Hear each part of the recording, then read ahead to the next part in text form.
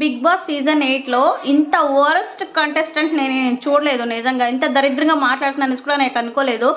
Vishnupriya and Sonia nominations అప్పుడు విష్ణుప్రియని ఒక మాట అన్నది సోనియా, నీ డ్రెస్ సెన్స్ చూసి పక్కన వాళ్ళు కూడా అన్కంఫర్టబుల్గా ఫీల్ అవుతున్నారు అని చెప్పేసి అన్నది. ఇంకొక మాట కూడా పాస్ చేసింది చూడండి, నీకు ఫ్యామిలీస్ లేరేమో అందుకే నువ్వు అలా ఉన్నావు, అలా డ్రెస్ వేసుకుంటున్నావు, నాకు ఫ్యామిలీస్ ఉన్నారు అనేది మాట్లాడింది. అది ఎంతవరకు కరెక్టో దీన్ని నాగార్జున గారు మాట్లాడాలి, ఖచ్చితంగా మాట్లాడాలి. డ్రెస్ సెన్స్ గురించి తనకేం అవసరము, ఇంత పొగరుబోతుగా ఇలా ఉండే అమ్మాయి బిగ్ బాస్లో అవసరం లేదనేసి నేను అనుకుంటా.